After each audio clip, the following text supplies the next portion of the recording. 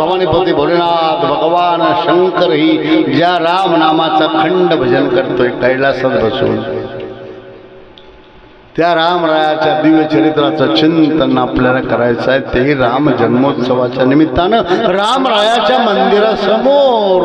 गावात राम मंदिर आहे, मंदिरात राम आहे, गावातही राम आहे, गावकऱ्यांमध्येही राम आहे, म्हणून राम कार्य घडलंय. व्याही यायचा तर त्याच कप्पाच्या रोजच्या देतो का आपण व्याहायला जावायला? जरा आतल्या दुसऱ्या कप्पाच्या. बेडशीट जुने चालतात का? चालताय का? नाही ना. मग जगाचा बाप यायचा आहे ना इथं उद्या जन्माला. एक रांगोळीला जागा नाही तुम्हाला काढायला, रांगोळी काढायला वेळ नाही. काय कपडे, काय अवतार, जावई व्याया पुढे असं झालं का? ढेकळं तसेच मातीचे. 25 गावच्या 40 गाड्या उद्या आल्या तर काय म्हणतील? काय तयारी केली रामरायासाठी? 100 एकर जमिनीत पीक नांगरून टाकलंय. गंगागीर महाराजांच्या सप्त्याची तारीख जाहीर झाल्या त्या गावातल्या लोकांनी. त्यांना आई बाप बायका पोर नव्हतं का? तुम्हीच निघाले संसार करा. गंगागीर महाराजांचा सप्ताह 100 एकर जमीन दाखवा. ट्रॅक्टर घातले, 4 दगडही गोळा करता आपल्याला. तुमची चूक नाहीये, समजून घ्या. मी काय सांगतो, मी सांगायला आलोय, मी शिकवायला आलोय, मी आठवण करून द्यायला आलोय रे. जावई व्याही यायचं तर बदलून टाकताना वातावरण घराचं. मग देव यायचा ना. उद्या जन्मोत्सव आहे. मी असं ऐकलंय की नवरात्रामुळे बायांकडे सगळ्या साड्या असतात. असल्यास तर उद्या राम जन्माचा उत्सव म्हणून असली घरात तर पिवळ्या साड्या नेसून या. कारण पिवळा रंग देवाला आवडतो, पिवळा पितांबर. असली पिवळी तर नेसून या. पिवळी नसेल तर नवीन घेण्यासाठी घरच्यांना त्रास देऊ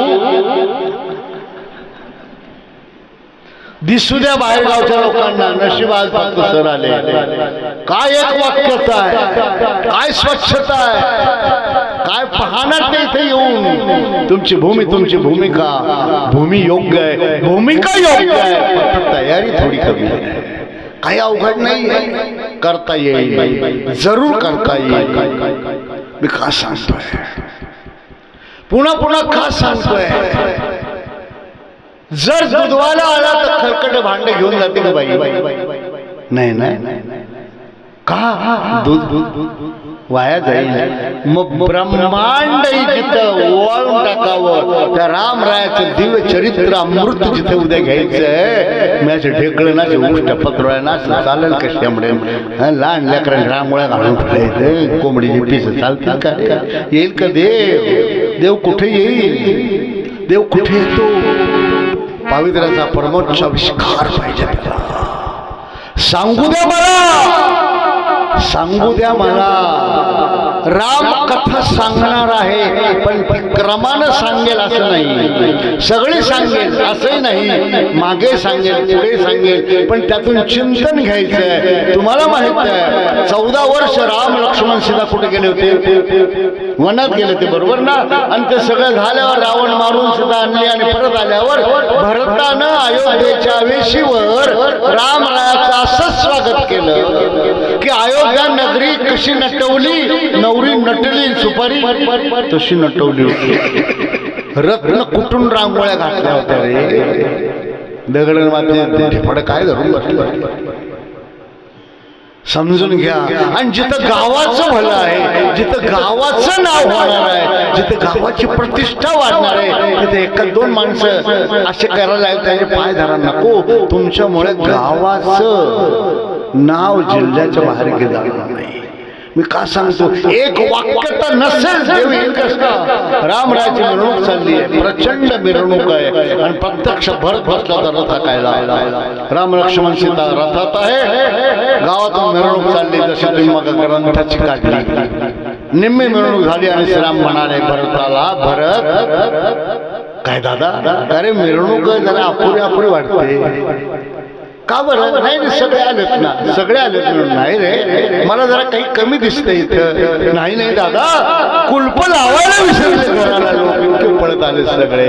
देव यायचं ना, देव यायचं म्हणजे देव काय खरं देव येतो. देवाचं ग्रंथ ही म्हणजे देव, देवाचं चरित्र म्हणजेही देव, देवाचं भजन म्हणजेही देव, पूजा म्हणजे देव, पूजा सत्यम, मंत्र सत्यम, मग सत्यम देवम निरंजनम. त्या विश्वाच्या सर्वोच्च सत्याला सामोरं जायचंय ना, सन्मुख जायचंय ना. रत्न कुठून रांगोळ्या घातल्या नाही रे भरता, मला रिकामी वाटते काही मिरवणूक काही ठिकाणी, काही जरा कमी वाटते. पण नाही दादा, सगळे आले. राम राणे विचारलं, सगळे आले, महिला आहेत, माणसं आहेत, मुलं कुठे? अयोध्येतलं एकही लेकरू दिसत नाही का? परीक्षा का शाळेत त्यांच्या एकही लेकरू का दिसत नाही अयोध्येतलं मिरवणुकीत? कारण मिरवणूक म्हणल्यावर पाहिजे ना कोण पुढे पाहिजे. लहान लहान मुलं मजा येते त्यांना, बँड वाजतो, भजन होतं, नाचतात वगैरे. आणि भारताच्या डोळ्यात पाणी आलं. ऐका मायबाप, भरत ज्याचं नाव घेतलं तर भक्ताच्या भक्तिभावाचं भरण पोषण होईल. महापुरुष, सत्पुरुष येईल. चरित्र पुढे सांगेल तुम्हाला, तसं मिळेल तसं वेळ. भरताच्या डोळ्यात पाणी आलं, टचकन म्हणाले, का रे काय झालं? दादा लेकरं आणू कुठून? म्हणजे भरताने सांगितलं, दादा तुम्ही वनात गेला 14 वर्ष, अयोध्येत बातमी फुटली, वस्त्राचा त्याग केला, वल्कल नेसले, झाडाच्या साली नेसले 14 वर्ष. दादा तुम्ही अन्न सोडलं, दादा फळं खाऊन तुम्ही 14 वर्ष राहिले. दादा तुम्ही गादीवर नाही झोपला, तुम्ही कुठल्या शहरात नाही गेला, एसी रूम बुक केली नाही, दादा तुम्ही गवताच्या बिछाण्यावर झोपलात दादा. आणि तुमच्या तारुण्याचा वयाचा विचार केला आणि लोकांच्या डोळ्यात पाणी आलं. निरोप आला की 14 वर्ष वनात वानप्रस्थ म्हणून राहणार आहे राम, ब्रह्मचर्य व्रत पाळणार आहे राम. सीता बरोबर गेली होती, पण दादा निरोप आला होता. राम आणि सीता गवताच्या शेजेवर झोपताना दोघांच्या मध्ये धनुष्य ठेवून झोपत होते. 14 वर्ष तुम्ही ब्रह्मचर्य पाळलं दादा, तुमच्या प्रजेला फार दुःख झालं दादा. अयोध्येतले लोक म्हणत होते, आमच्या देवाला जे आनंद सुख नाही, आम्ही कशाला घ्यायचं दादा? तुम्ही 14 वर्ष धनुष्य ठेवून झोपलात, सीता आणि राम दोघांच्या मध्ये. आणि अयोध्यावासियांनी तेच केलं दादा. सगळ्या अयोध्येने निर्णय केला दादा, 14 वर्षात अयोध्येत पाळणा हल्ला नाही. लेकरं आणू कुठून? 14 वर्ष अयोध्येत पाळणा नाही हल्ला.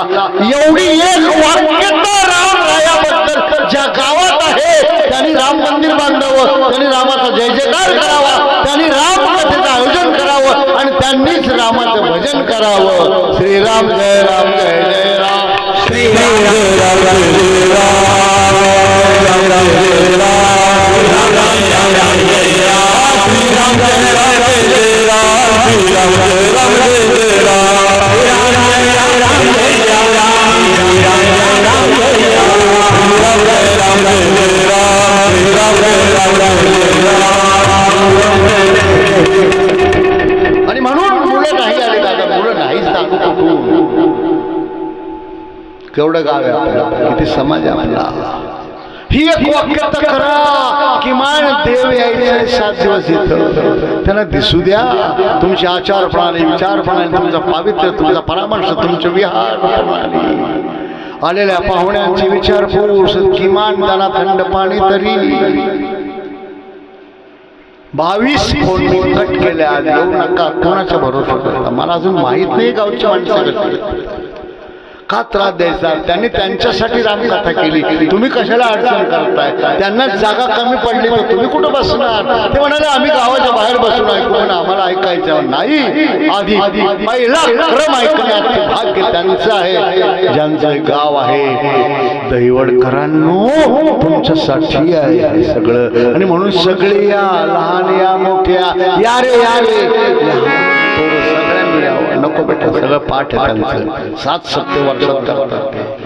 मला सांगू द्या, मुलांनाही आणा ज्यांना समज आहे थोडी, त्यांना जर नाही कळलं तर मग अवघड होईल. तुमच्या पुढच्या पिढीत जर मंदिरात पत्त्याचे डाव पडले, कोण वाचवेल रे, कोण सोडवेल रे?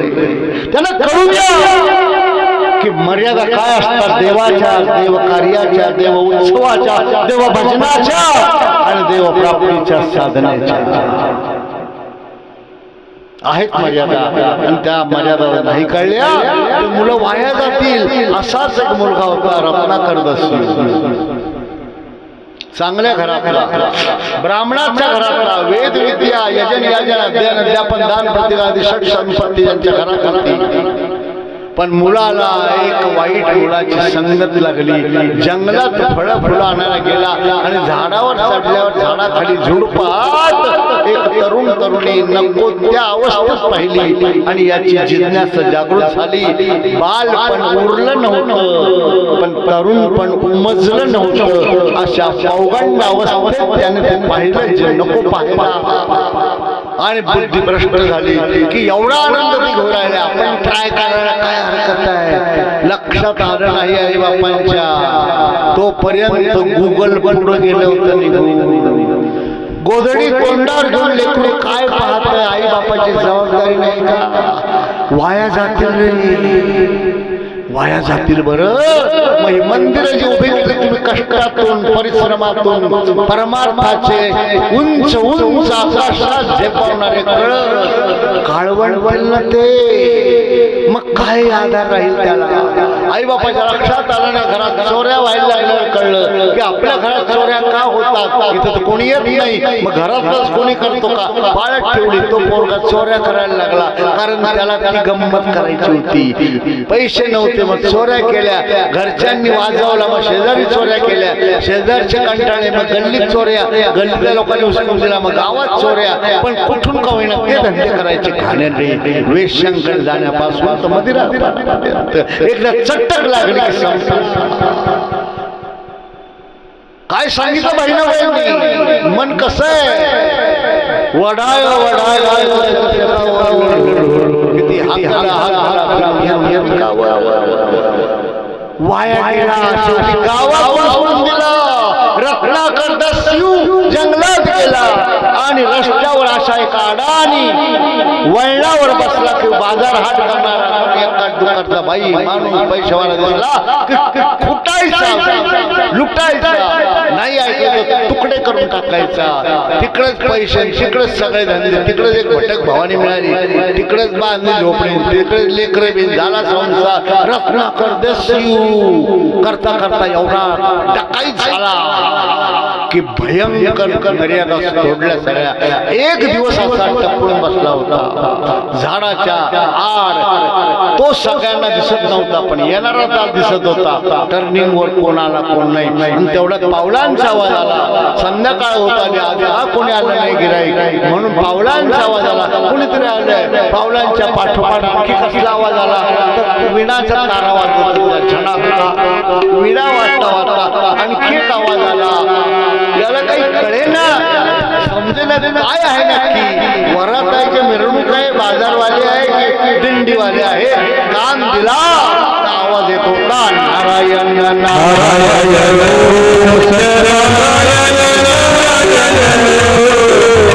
नारायण नारायण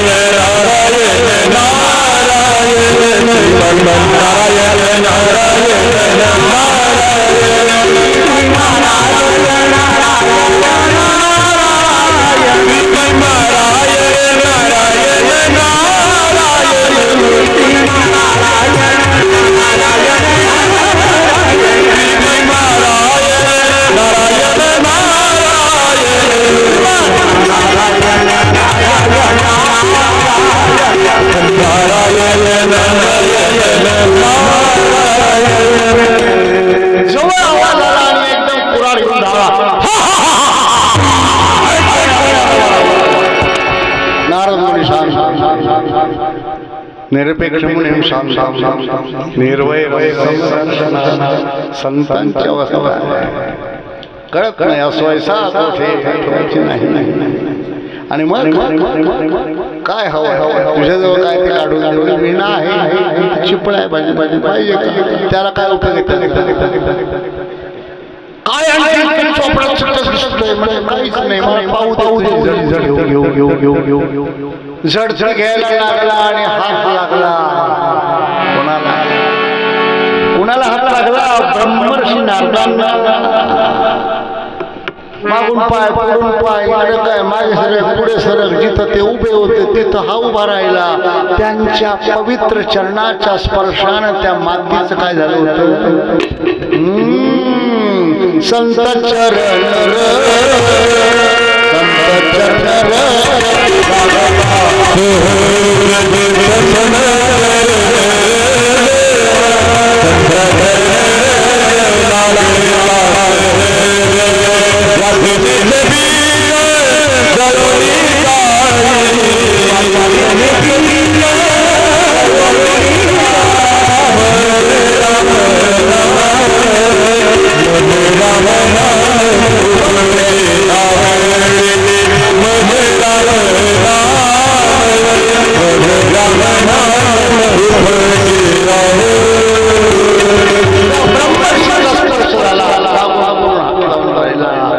अध्यात्माच्या ऊर्जा स्रोतानं अखंड भरलेले भारलेले ते महापुरुष त्यांचा स्पर्श व्हावा.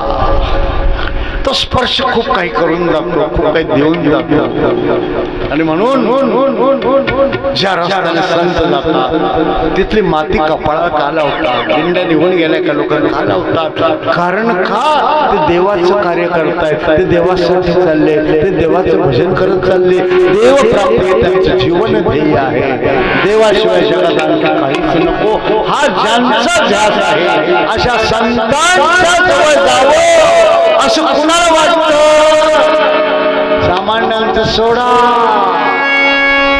या सुखाकारणे या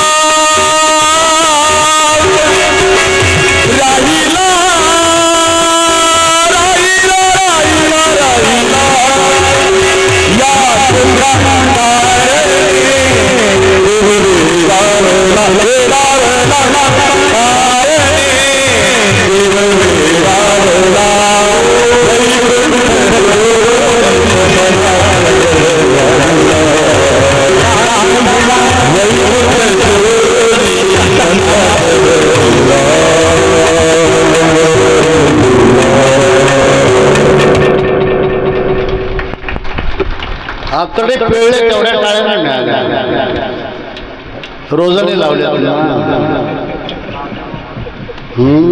कसं चालेल? कोण आहे ते तुम्हाला माहिती आहे की कोण आहे? कशी धरून आणणे कल्पना नाही.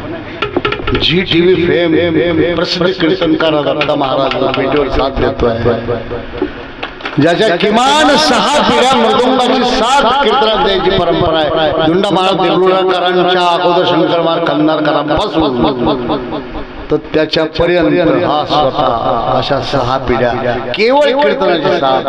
तो पखवाज विशारद तबला विशारद गोपाळ सद्गुरु जनार्दन स्वामी महाराजांच्या अंदरसूरच्या योग साधनेनंतर भगवान शंकराचा साक्षात्कार झाला. महामृत्युंजय आशुतोष भवानीपती भोलेनाथ भगवान नागेश्वरांनी सांगितलं, पूर्ण कधी तपश्चर्या जा शिवमहिमा आणि शिवमंदिराचा जीर्णोद्धार कर. त्यावेळेपासून 1962 पासून जवळजवळ 4 पिढ्या जनार्दन स्वामींच्या सत्कार्य सेवा करणारा नाशिकचा कानडे परिवार, त्याच्यातला हा एक दुवा मोहम्मद कानडे. ही सामान्य माणसं काही रोज आणि धरून आणली काही तुम्हाला वाटतं? ठीक आहे, माझं सोडून द्या, मी आपल्या गरीबी हटवा मला.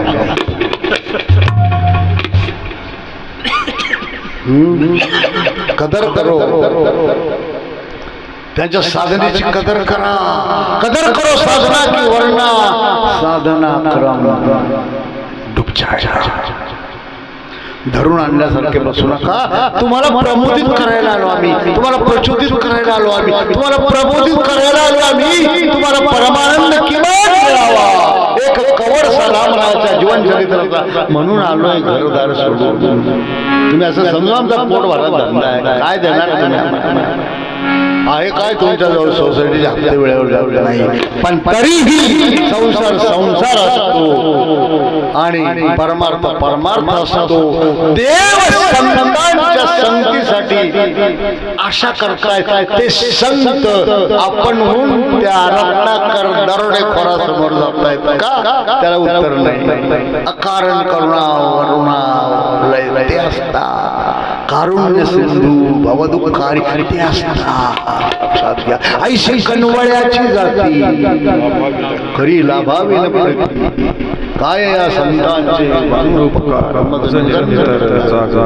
ते जागर करायला येतात. जगजोगी जगजोगी जागृती तेवढा साठी येतला. कुठल्या रूपाने येतील? पिंगळ्याच्या पण येतील. नको आता मी का सांगतोय? मग तुला जाऊ तर काहीच नाही. एवढं प्रचंड सांग तुझं कोण पाहत खाण्यापिणे तो अन्न पाणी तुझे देतो प्रेमी सर्व आणि नशीन संयम तो मामेगा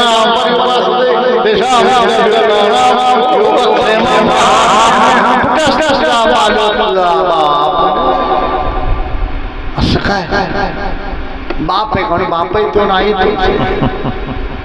मग आपण ज्याला आई म्हणतो ती कोणी? ती एका जन्माची ती सांभाळतो आपण एवढी. मग जन्मजन्मीची माऊली आहे. माता राम मतपिता त्यांच्यासाठी आणि हा भाव जागृत झाला. एक कडवा मंत्र कृष्ण माझी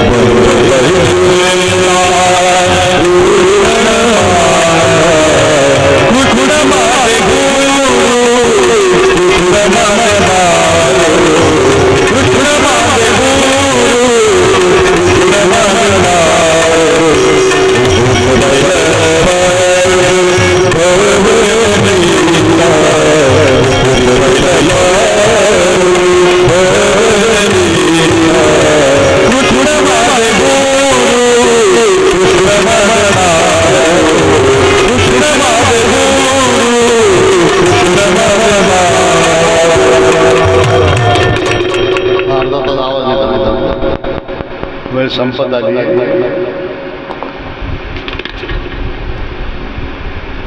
पाठक गुरुची घड्याळ दाखवून राहिले तुम्हाला कंटाळा तर नाही लोटन दादा घड्याळ दाखवून राहिले देवही अशा संतांच्या जवळ जाण्याची इच्छा करतोय आणि ते कुठे येत आहे कुठे कुठे जातात ते संत कुठे जातात हॉटेल उभं शरीर ताजमहाल ना जे का रंजले गांजले जासी म्हणे तोची शिशू ओळखावा तिथे जातात डॉक्टर रोग्यांकडे जातात का निरोग्यांकडे जिथं रोगी तिथं डॉक्टर जातात बरोबर ना मग तसं संतांचं आणि त्या परंपरेचे जनार्दन स्वामी वाड्या वस्त्यांवर गेलेले मुंबई पुण्याला नाही गेले जिथं तुळस लागली जात नव्हती अशांच्या दाराशी भक्तीचा कल्पवृक्ष लावला जनार्दन स्वामींनी लाखो परिवार येईल क्रमानं चरित्र सांगेन त्यांचंही मला करून द्यायचा आहे परिचय तुमचा इथे येऊन गेले जनार्दन नाही सौंदर्य आले ना मला केवळ देवळाला होते सौंदर्याला होते टेहराला होते उमराला होते इथे नाही का कोणी लक्ष म्हणजे शाडवी घातली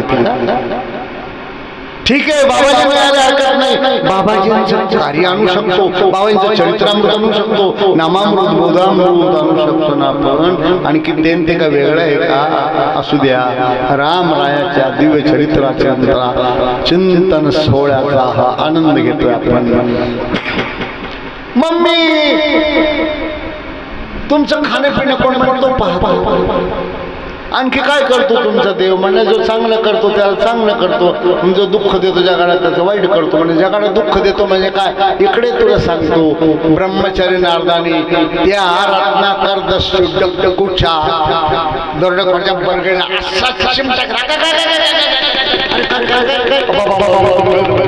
याला म्हणतात दुःख मग असं केलं काय होतं मग तू शिक्षा देतो मग मी तर लई दिले लोकांना अशी दुःख मुंडके तोडलेत नाही असं म्हणतात प्रत्यक्ष कथेत नाहीये की एक ब्राह्मण मारला का एक खडा टाकायचा असे 7 रांजण आता कळलं कोणाच्या चरित्र चालू आहे कोण खूप छान मग आता मी काय करू म्हणतो त्याला शरण जाय पण हा डोकं लावायला लागला मी का माझ्यासाठी केलं का पाप बायका पोरं सांभाळायला ते माझ्या पापाला वाटेकरी ते पण मला पापाला भागीदार तू जाऊन विचारू ना मी काय जाऊ उद्योग करायला मी जाईल तिकडे तुला पळून पण नाही पळणार तुझं उत्तर देईपर्यंत कमीत कमी 7 दिवस तरी पळत नाही आता पळून न्यायला आले गाड्या घेऊन तुम्ही तरी हे जाऊ देणार नाही आता घाबरू नका गाडी घेऊन आले ते भाऊ पाटीलची व्यवस्था आहे का नाही गाडी टाकून घेऊन जाऊ का अजून तर सुरुवात नाही सांगू द्या मला घरी जाऊन विचारून घ्यायला घ्यायला आम्ही तो पळून जाशील कशाला जाईल काढलं चरणा टाकला बांधून भलं त्याचं व्हायचं बांधून याला टाकलाय हीच भक्तीची रीत धरीला पंढरीचा चोर गळा सगळ्यांना पाठीत म्हणून बायका पोरण कानावर ठेवले मला रडत आता काय करू देवा तुम्हा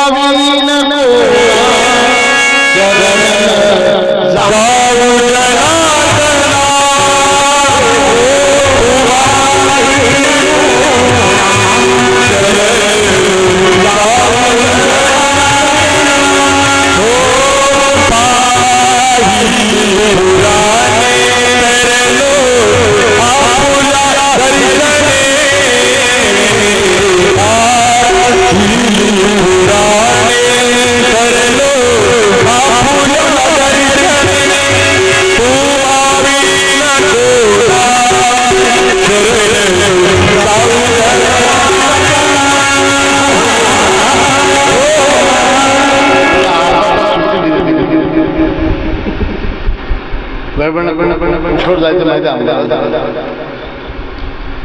आणि मग काय करू आपण काय करतो राम नामाचा मंत्र दिला ज्याला राम म्हणते ना राम उलट म्हणतो मग गौ फोकून पेरत होते असे फोकून पूर्वी ते काय सरळ पडत होते वावरात काही असे पडतात कसंही पडलं गव्हाचा दाणा काळ्या जमिनीत तरी झाड कसं येत होतं जर गव्हाचा दाणा मातीतून सरळ येत असेल तर आपल्या भक्तीत पेरलेलं उलट ही राम उलट राहील का तू कर मरा मरा करता राम राम कधी झालं कळलं नाही अंगावर वारुळ झालं म्हणतात 12 वर्ष नारद मुनी तुम्ही चालले होते ती स्पंदने जाणवली तो आवाज ती ऊर्जा अध्यात्माचा सलाका अरे इथं काहीतरी गडबड म्हणाले काय चाललंय बा नारद मुनी विसरून गेले हा बसून ठेवलाय मग जवळ गेले तर वारुळातून आवाज येत होता ते वारुळ बाजूला केलं आवाज दिला उठा कसं उठवायचं जप जप करणाराला समाधी असलेल्याला कसं उठवायचं लेकराला गोधडी सकाळी शाळेत दिवस आल्यावर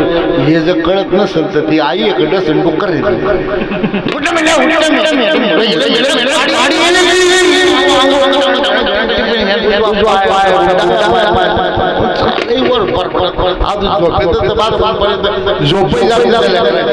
बालवाडीतलं लेकरू बाई अगं असं नको करू त्याला असं उठवतात ना कसं उठवत होती यशोदा माई गणेश सुंदर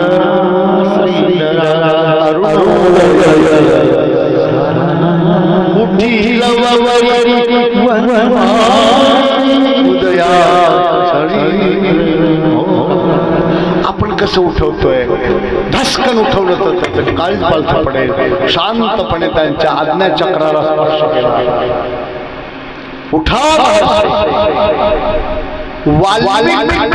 नाव का पडलं संस्कृत मध्ये वारुळाला वल्मिक म्हणतात तप करता करता अंगावर वारुळ झालं तरी कळलं नाही असं असा कोठे आठवायचे नाही वल्मिक म्हणजे वारुळ त्या वल्मिकातला तपस्वी म्हणून त्याचं नाव ठेवलं वाल्मिक पण गुरुदेव घेतल्यामुळे काय झालं बसला तो एक पापी होता महापापी होता उठला तो एक सत्पुरुष होता बसला तो अज्ञानी होता उठला तो ब्रह्मज्ञानी उठला बसला तो जगाला उपद्रव देणारा होता उठला तो जगावर उपकार करणारा झाला होता बसला तेव्हा 16 कसोट्या सांगायला मला वेळ नाही तुम्ही फक्त 2च तास दिले काय करू मी 16 प्रकारचे बदल होतात संतांचा एक अनुग्रह ते कसे पाहिजे असं पाहिजे नाही तर का ग बाई असं शिकलं तुझ्या असं नाही चाललं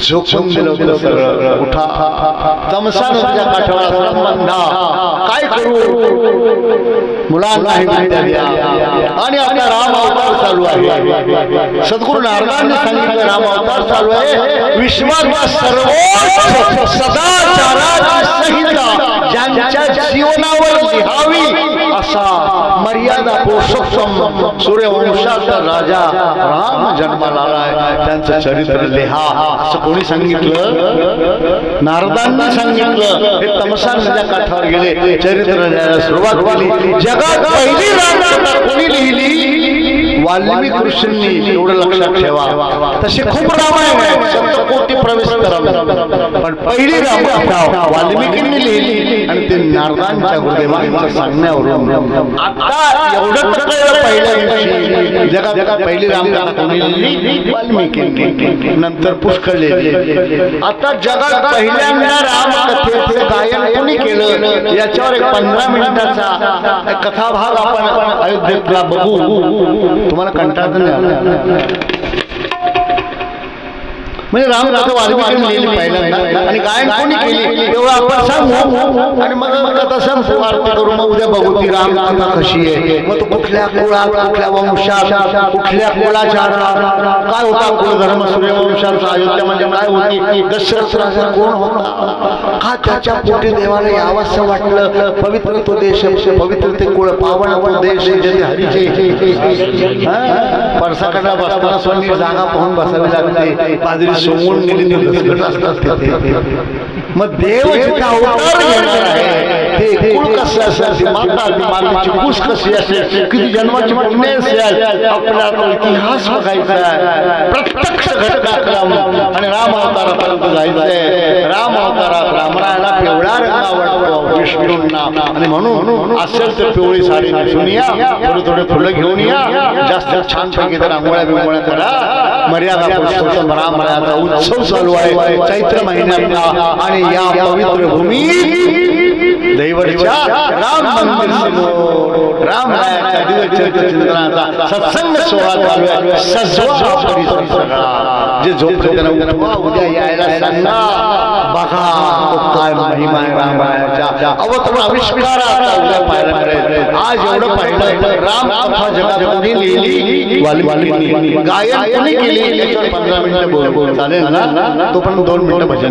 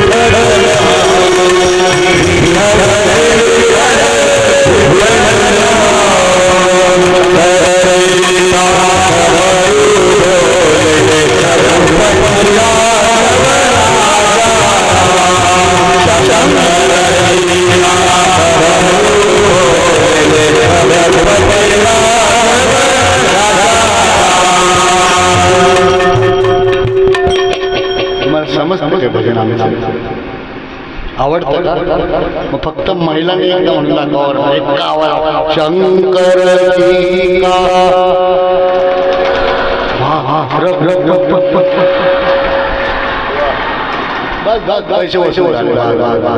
तुम्ही नाही आले. हे ग्राउंड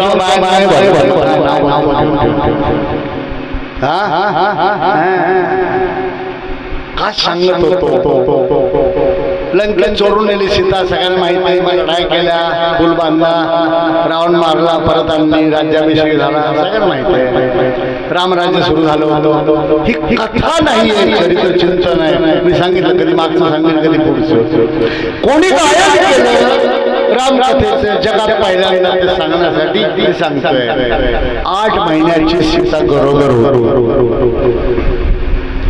छान राज्य करतात. राजमाता सुमित्रा, राजमाता कौशल्या घ्यायची का? एक 10 मिनिटं घेऊ.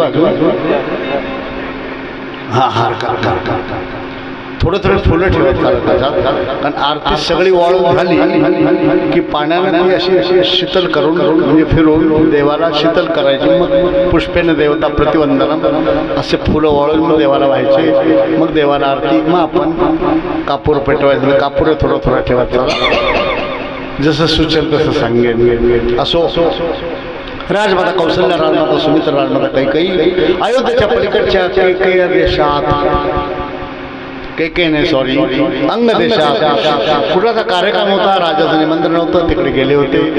राजवाड्यात कोणीच नव्हतं, मोठी माणसं. 8वा महिना होता सीतेला. दुपारचे 4 वाजले होते, निवांत वेळ होता. जानकी सोन्याच्या दिवाणखान्यात रामरायाच्या मांडीवर डोकं ठेवून आराम करत होती. 8वा महिना होता, गरोदर होती. डोक्यावर हात ठेवला रामरायानं, तिचे केस वगैरे असे लाड केला, प्यार केला. काका म्हणाले, असं म्हणतात 8व्या महिन्यात नवऱ्याने डोहाळे विचारायले वगैरे. तू तुम्हाला काही सांगत नाही डोहाळे, तुला 8वा महिना लागलाय, सांग काही डोहाळे असले तर. सीता म्हणाली, स्वामी तुमच्यासारखा पती मिळाला, सूर्यवंशात सूर्यवधू म्हणून मला मिळाली संधी सेवेची. काय नको सगळं भरून पावले, नाही तरी पण काही म्हणाल तसं काही नाही. पण मला असं एकदा कधी वाटलं असं की आपण 14 वर्ष वनात गेलो, साधू भेटले, संत भेटले, ऋषी भेटले, ऋषींची पत्नी भेटली, बायका भेटल्या, मुलं भेटले, ऋषिकुमार विद्यार्थी भेटले, पण आपण दोघंही वलकल नेसून झाडपाला खाऊन जगत होतो. आपल्याजवळ रुपया नव्हता, दिडकी नव्हती. मग काय करणार? मग असं वाटतं की आता पुन्हा एकदा रथ भरून घ्यावे, वस्त्र घ्यावे, महिलांसाठी ऋषीमुलींचे कपडे घ्यावे, बालकांना खेळण्या घ्याव्या, खाऊ घ्यावा, मिठाई घ्यावी, काही भांडे कुंडे घ्यावे, जीवनावश्यक वस्तू त्या गृहिणींना लागतील, रथ भरून न्यावे, पुन्हा एकदा त्यांना द्यावे, पुन्हा एकदा पूजा करावी.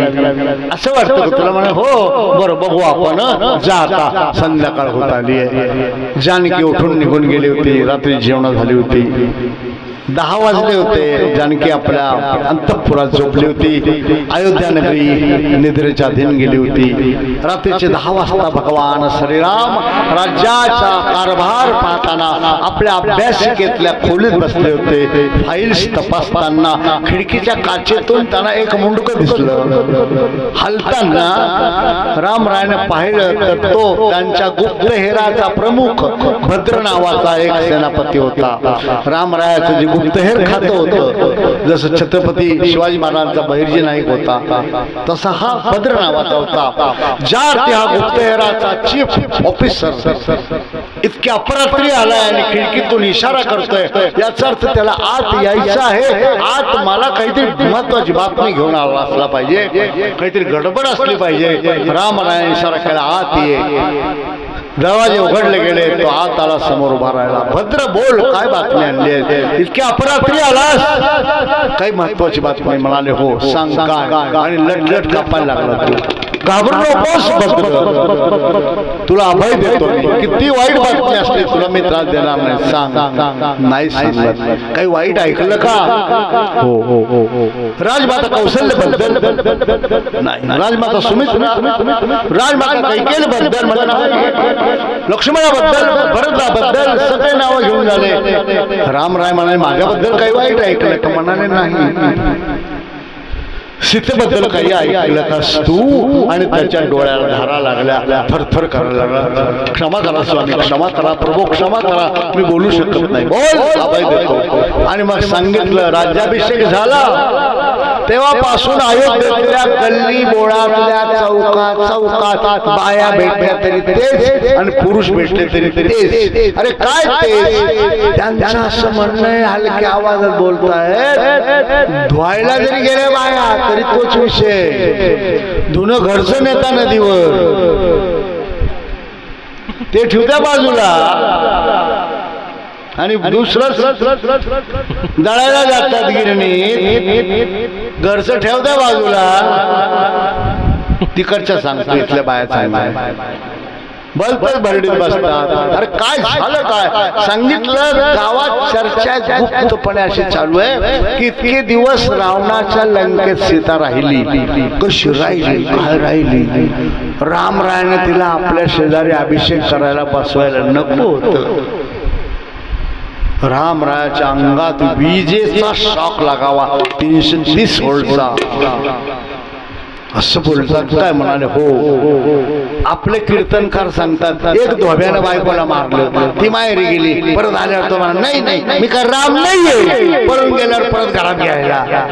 दोबी शब्द रामायणात नाही, परट्याची गोष्ट रामायणात वाल्मिकींच्या नाही. हे आम्ही कीर्तनकारांनी उद्योग केले सगळे. गल्लोगल्ली चर्चा होती गुप्तपणे. भद्र तुझं काम झाले तू निघून जा. श्रीराम शांत बसले. पहाटे 4 वाजले. रामरायाला मांडी नाही बोलली. काय करू, माझ्या प्रजेचे माझ्या परिवारावर जर आक्षेप असेल तर काय करायचं आहे. आजही घडत आहे, मंत्र्यांच्या परिवारावर पब्लिक कोण आक्षेप घेतला जातो, भ्रष्टाचाराचा, चोरीचा. काय करायचं असतं. रामरायाने 4 वाजता आवाज दिला. धावत आले सेवक, आज्ञा स्वामी. लक्ष्मण शत्रुघ्नानी भरत झोपले, असतील तशी बोलवा. पहाटे 4 वाजता तिघही धावत आले. काय झालं दादा? अरे वाजता दादा काय झालं, काही अघटित घडलं का, इतक्या अपरात्री का बोलवलं, काहीतरी वेगळं घडलं. शांत बसा, दरवाजा बंद करा. मी जे सांगतोय ही तुमच्या भावाचा आज्ञा म्हणून समजू नका. अयोध्येचा मुर्दाभिषेक सम्राट म्हणून, राजा म्हणून मी सांगतोय. आणि माझी राज आज्ञा आहे आणि ही तुम्हाला पाळावी लागेल. जो याच्यात शंका काढेल त्याला कोणतीही शिक्षा देईल. लक्ष्मण भरताकडे पाहतोय, बरं शत्रुघ्न पाहतो की काय झालं काय बघ नक्की माहित नाही आम्हाला. तोय म्हणतो नाही पण झालं काय. सांगितलं दादा मोकळं सांगा काय हवंय तुम्हाला. सांगितलं भद्र नावाचा येऊन गेला गुप्तहेर आणि सीतेच्या चारित्र्यावर अयोध्येतल्या लोकांनी शंका घेतली. कशी राहिली काय राहिली रावणाकडं. रामानं आपल्या जवळ बसवायला नको, ते सिंहासन पवित्र आहे. मग शाळेत जर मुलांनी काच फोडली तर दंड कोणाला भरावा लागतो? बापाला, बरोबर ना. ऍक्सिडेंट ड्रायव्हर करतो आणि दंड मालकाला भरावा लागतो. पालक आणि मालक हा जबाबदार असतो. भरत, लक्ष्मण आणि शत्रुघ्न एका प्रजेला पुत्रवत समजतो मी. अयोध्येतली प्रजा नाही, माझी पुत्रवत आहे. आणि पुत्राने केलेल्या पापाचं प्रायश्चित्त पालक म्हणून मी स्वीकारायचं ठरवलंय.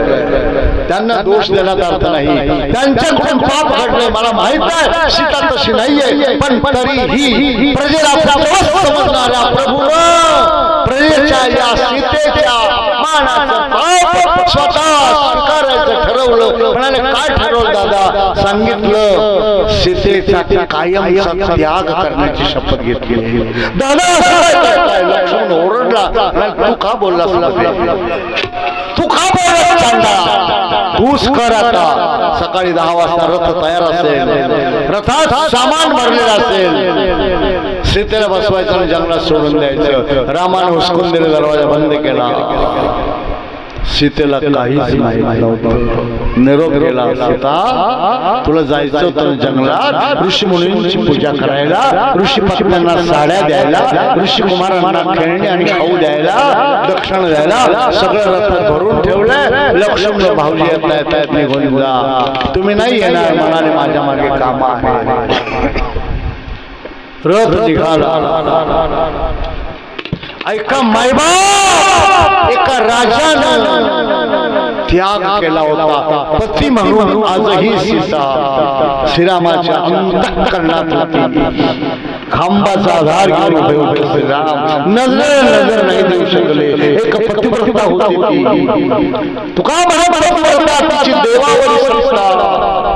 पतिव्रतेच्या शिलाच्या दरवाज्यावर पहिलं पती उभा असतो.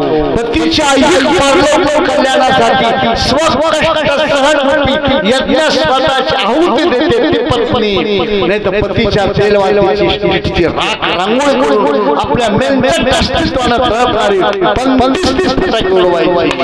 हे चांडळाचं काम आहे पतिव्रतेचं नाही. सीता पतिव्रता होती. राम बोलून गेले होते, रथ निघाला होता, दृष्टीआड गेला आणि राम खांबाचा आधार घेतला. सीते मला क्षमा कर, पत्नी म्हणून तू माझ्या काळजात आहे. वाल्मिकीने लिहून ठेवलंय. त्यानंतर श्रीराम कधी हसताना कोणाला दिसले नाही. राम झोपले. श्रीराम आयुष्यभर टेवर झोपले. ब्रह्मचारी म्हणून श्रीरामाने मिष्टान्न गोड पक्वान्न खाल्लं नाही आणि हसताना दिसले नाही.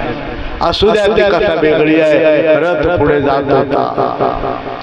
भाऊजी बघा बघा राजहंस कसे छान उडतायत. भाऊजी बघा कसा किती छान वेलेल्या. भाऊजी बघा फळा फुलाने भरून आलाय. भाऊजी तो जलाशय बघा, ती कमळ बघा किती सुंदर.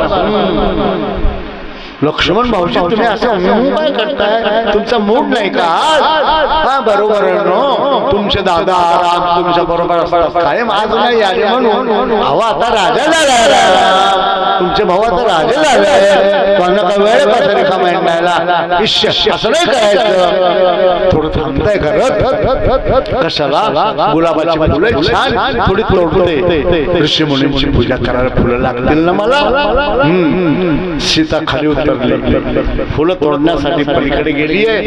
ती येईपर्यंत रथ वळवून उभा केला होता अयोध्येकडे तोंड करून आणि सगळं सामान उतरवून टाकलं. कथा विस्तार करायला मला वेळ नाही. आल्यावर भाऊजी आपल्याला इथे थांबायचं म्हणा. नाही तुम्ही सामान इथं उतरवलं. म्हणाले मला नाही थांबायचं, तुम्हाला इथेच थांबायचं. म्हणजे सांगितलं भगत नावाच्या गोष्ट कळलं. तुमच्या रावणाकडच्या राहण्याच्या बद्दल तुमच्या शिलावर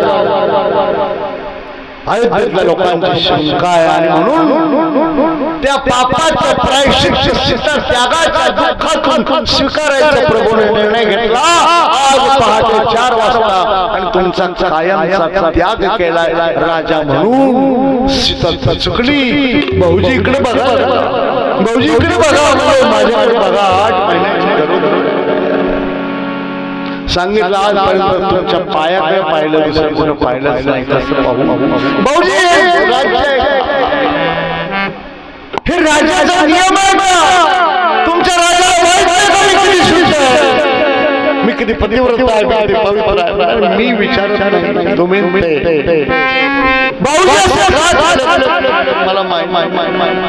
प्रजेला पुत्र म्हणणारा प्रभूनं प्रजेच्या स्वीकारून ते दुःख तुमच्या त्यागातून भोगलाय आणि सीतेचा तोल गेला. हे सूर्यनारायण, अरे तुझ्या वंशाची रीत आहे का? निष्कलंक कुलवधूला एवढा त्रास कुणाच्या भरोश्यावर राहून सूर्य घाबरला, ढगाच्या आड गेला. समोर वाहणारी धो धो धो धो कंसा नदी पाहिली. सांगितलं भाऊजी आता पळ उडी मारते.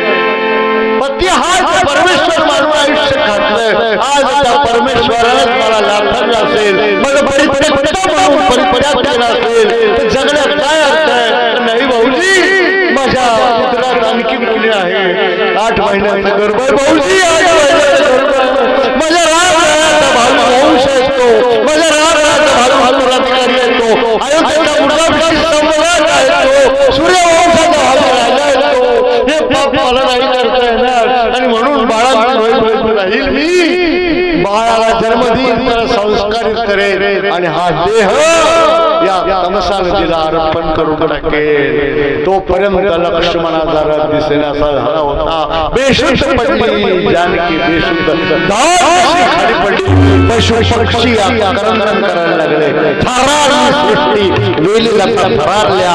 वाल्मिक ऋषींचा आश्रम जवळ होता. त्यांची गुरुकुलातले विद्यार्थी बालक फुलं दुर्वा संविधान यायला जाताना त्यांनी पाहिलं अंगावरचं वस्त्रही धड नाही असा अवस्थेत कोण बेशुद्ध तरुणी पडली आहे. काय झालं असेल, कोण असेल, घाबरलं ते. पळत पळत गेले वाल्मिक ऋषींकडे. गुरुदेव चला, गुरुदेव चला, गुरुदेव चला. काय झालं? पण स्वर्गातल्या अप्सरा पडली की काय विमानातून. काय तुला कपड्याची शुद्ध नाही, बाकीचं काय सांगू. चला चला चला, मला दाखवा, मला दाखवा. वाल्मिक ऋषीने कमंडलूभर पाणी घेतलं, त्यांच्या बरोबर आले. मुलांनी दाखवली जागा. ओळख वाल्मिक ऋषींनी. अरे अरे अरे अरे, मुर्दाभिषेक दशरथांची सून, रामरायाची धर्मपत्नी, विदेहात जनकाची लाडकी कन्या जानकी. आता बोललं तर पंचायत होईल. कधी कधी मौन धरावं लागतं. भाव अभिव्यक्त करण्यासाठी मौनात मौज आहे. पाठकर गोपाल, भाव अभिव्यक्त करण्यासाठी मौनात मौज आहे. आणि ते ज्याला कळलं त्याच्या जीवनातली मौज आहे. नाही तर अवघड सगळं. आया मुंह में पक दिया नाही चालत. कधी कधी असं असतं. जनार्दन स्वामीचं एक नाव आहे मौनगिरी. विश्वास सर्वोच्च सत्य ही त्यांनी पटवलंय. असो, सांगायचं तात्पर्य असं, वाल्मिक ऋषींनी बालकांना काढून दिलं. आपल्या थोडं पाणी घेतलं, रामनामाचा जप करून त्याच्या चेहऱ्यावर टाकलं. ती चालला डोळे उघडले, पाहिलं समोर वाल्मिक ऋषी. तिने ओळखले कोण आहे आणि वाल्मिक ऋषी बोलून गेले, उठ पतिव्रते उठ. हंबडा फोडला नाही. गुरुदेव, गुरुदेव मी पतिव्रता नाही. गुरुदेव मी परिपक्व आहे. मी पापी नाही, मी कंडारी नाही, मी शिलभ्रष्ट आहे. मला अयोध्या नगरी असा असा आहेर मिळाला. माझ्या राजा मी सगळं ओळखतो, मी सगळं जाणतो. बेटा सगळं जाणतो. तू शांत राहा, थोडं खा. मी तर वाल्या कोळीच होतो ग. नारदांचा अनुग्रह मिळाला आणि तपश्चर्या केली. त्या वेळेपासून या वाणीला असत्याचा स्पर्श होऊ दिला नाही जानकी. आणि त्या वाणीतून मी सांगतोय तुला, सत्य सांगतोय. ज्या अयोध्येच्या प्रजेने तुझा अपमान केलाय, परित्यक्त म्हणून तुला परित्याग करण्याची पाळी आली आहे. त्या प्रत्येकाच्या मनोमंदिरात तुझी सन्मानाने प्रतिष्ठा नाही केली तर गुरुचं नाव सांगणार नाही. उठ बाई, उठ जानकी, नको जीवाचं काही करू. चल, तुझी अवस्था वेगळी आहे. जानकीच्या डोळ्यात दुःखाचा अश्रू आला. पापणीतून तो बाहेर पडला. वाल्मिकींनी पाहिला. तो आला, गालावर उघडला. गालावरून तो वरच्या ओठावर उघडला. जानकीच्या शोकग्रस्त अवस्थेतला दुःखाश्रू खालच्या ओठावर आला. तिथून खाली ढळला, हनुवटीवर आला आणि खाली पडला. वाल्मिकींनी कमंडलू पुढे केला आणि कमंडलू मध्ये शिरला. त्यांनी पाहिलं या विदेहराज जनकाची जानकी कोण आहे त्यांना माहित होतं. हिचा एक दुःखाश्रू पडला तर अनुदान सारखा टिकरे करून टाकून पृथ्वीच्या सृष्टीचा सर्वनाश करेल. मग संतांचा स्वभाव वेगळा असतो.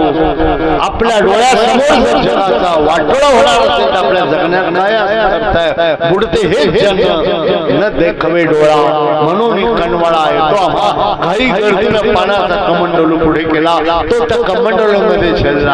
आता कुठं टाकू? समुद्रात टाकला तरी अणुबॉम्ब असतो, डोंगरात टाकला तरी अणुबॉम्ब असतो. मग मी मेलो तरी चालेल, जग वाचलं पाहिजे. हा संतांचा स्वभाव आहे. आपण तरुणी जगाशी तारा ताठी उघडा ज्ञानेश्वरा. आपण ऐकले ते अभंग सगळे आणि मग त्या क्षणी तो पिऊन टाकला. एका दैवी अवतराविष्कार जानकीचा स्पर्श झालेला तो प्रेम पोटात गेला आणि त्याला एक प्रतिभा निर्माण झाली. ज्या प्रतिभेतून राम लिहिली गेली. जानकीला आपल्या आश्रमात कोणाला नाव सांगू नको, वनदेवता आहे म्हणून सांग. वृद्ध स्त्रियांना तिची काळजी घ्यायला सांगितली. दिवसा मागून दिवस जात होते. दुःखाश्रू बरोबर पाण्याच्या घोटासारखं दुःख पचवत होती. सीताबाईच्या अंतःकरणात भूकंप झाला होता. कसा मला टाकून गेला राम, कसा मला सोडून गेला राम. जीवनातला राम निघून गेला होता. दिवस भरले होते. 2 लेकरांना जन्म दिला.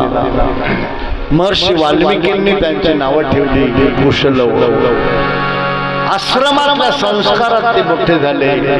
सगळ्या कला शिकवल्या, सगळ्या विद्या शिकवल्या, सगळे शस्त्रविद्या, अस्त्रविद्या, संगीत स्वरापर्यंत, साहित्यापासून काव्यापर्यंत तयार केले.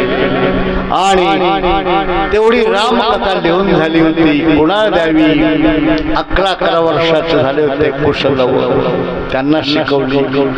एक दिवस लगबगीनं बॅग भरताना पाहिलं वाल्मिकी ऋषींना आणि विचारलं कुशलवांनी की गुरुदेव प्रवासाला चालले का? म्हणाले हो. काय काय नाही दैवडला रामकथेचे प्रवचन नाही. सॉरी, माझ्या डोक्यात तेच भरलंय परवापासून. रामरायाकडे येत नाही, अयोध्येला जायचंय. बर, रामानं बोलावलंय, राजाने बोलावलंय, साधू संतांनी गेलं पाहिजे. जगाच्या कल्याणासाठी तो यज्ञ असतो. तो ज्ञान यज्ञ असेल, तो शिवपंचायत यज्ञ असेल, गेलं पाहिजे. जिथं यज्ञ आहे तिथं अन्नदान हा यज्ञ आहे, अभयदान हा यज्ञ आहे, ज्ञानदान हा यज्ञ आहे. भगवंताचं नामामृत, बोधामृत, चरित्रामृत जिथं उधळलं जात आहे तोही यज्ञ आहे. आपल्या गावात आहे, गावातल्या लोकांना तरी यावं ना रे. वाल्मिकी ऋषी जंगलातून अयोध्येत जात आहेत, आम्ही येऊ का? यांना माहित नाही आपण रामाची मुलं आहोत. आपली आई म्हणजे जनक राजाची मुलगी आहे, रामाची बायको आहे, दशरथाची सून आहे. माहित नाही, कळून दिलं नव्हतं. गुरुदेव आम्हाला येऊ द्या. लवकुश म्हणाले आम्हाला येऊ द्या, आम्ही राजा पाहिला नाही कसा असतो. सिंहाच्या बछड्याने म्हणावं, आम्ही सिंह पाहिला नाही. डोळ्यात पाणी आलं वाल्मिकींच्या. काय दुर्दैव या बिचाऱ्यांचं. गुरुदेव आम्ही राजधानी पाहिली नाही, आम्हाला राजधानी बघायची, आम्ही येऊ का? नको बेटा. खूप हट्ट केला. तुमच्या मम्मीला विचारा. जानकीकडे गेले, लेकरांचा हट्ट पाहिला. डोळ्यात पाणी आलं की राजाची मुलं म्हणतात आम्हाला राजा पाहायचा. सम्राट भावी आज म्हणतायत आम्हाला राजधानी पाहिजे. जा बेटा, आपण कोणालाही परिचय देऊ नका आणि कोणाचा परिचय घेऊ नका. दोघेही जातायत. यज्ञापर्यंत पोहोचले. यज्ञात आरती होते, त्यानंतर भजन होतं, संकीर्तन होतं. सगळे ऋषीमुनी म्हणाले वाल्मिकी ऋषी काहीतरी तुम्ही प्रवचन करा. म्हणाले प्रवचनाला नाही, माझं वय झालं आता, थोडं रामनामाचं कीर्तन करू. म्हणाले चालेल, आरती झाल्यावर केलं पाहिजे. मग माझ्याजवळ 2 लेकरं आहेत, लहान लहान विद्यार्थी, त्यांनी केलं तर म्हणजे चालेल, आमचं काय म्हणणं आहे. मग रामरायाच्या दिव्य चरित्राचं त्यांना जे शिकवलं होतं, आज्ञा दिली, असं सुंदर त्यांनी गायन केलं. ही बातमी अयोध्येत पसरली. अयोध्येची प्रजा वेडी झाली. रामरायापर्यंत बातमी गेली. महर्षी वाल्मिकांजवळ 2 गुरुकुलातले विद्यार्थ्यांनी रामकथा गायन करतायत. मग आपल्या राजवाड्यात करा ना. पण तुम्ही जा त्र्यंबकला ऐकायला. नाही, आम्ही त्र्यंबकला नाही, त्र्यंबकचा बोहा आमच्या गावात येऊ द्या, मग आम्ही ऐकू. आमच्या घरापुढे येऊ द्या, मग ऐकू. म्हणजे गावाच्या बाहेर नाही जाऊ, आमच्या अंगणात पाहिजे. बरं बाबा, आता काय करणार? आणलं धरून, केलं उभा लवकुशाला. दरबार भरला. रामराय असनावर आहे. वा, राजमाता कौशल्या, सुमित्रा सगळ्या आहेत. काही बसले आहेत. आणि वाल्मिकी ऋषी दिसून आले. दोन्ही बाजूला 2 लेकरं होते, लवकुश.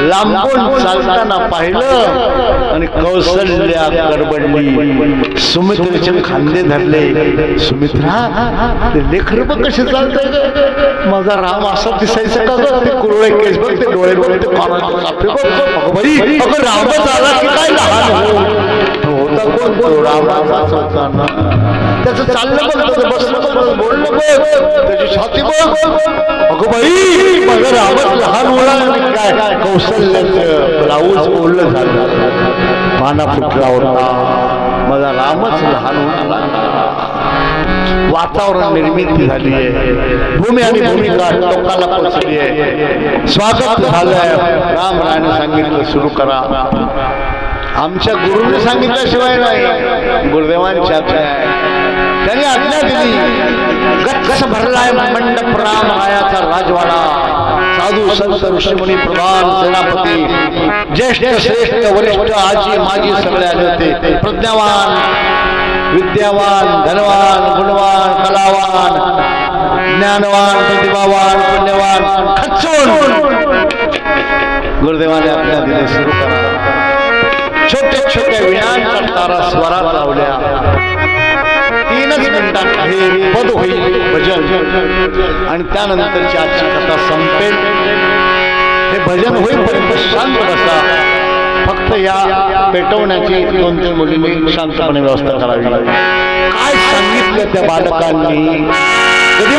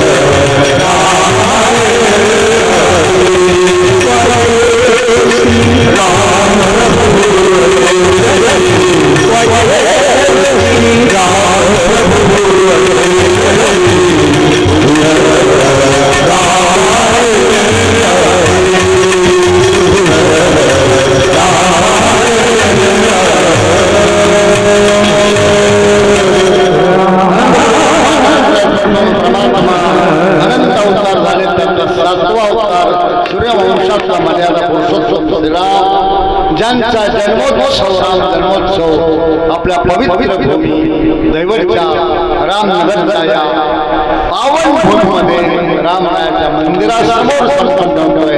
पहिल्या दिवसाच्या सत्संगातून आपण एवढंच बघितलं, जगात पहिली रामकथा कोणी लिहिली? महर्षी वाल्मिकींनी. आणि सस्वर गायन कोणी केलं? कुशलवाणी. इथपर्यंत लक्षात ठेवा. काय आहे हे अद्भुत चरित्र, अद्वितीय चरित्र, दिव्य चरित्र.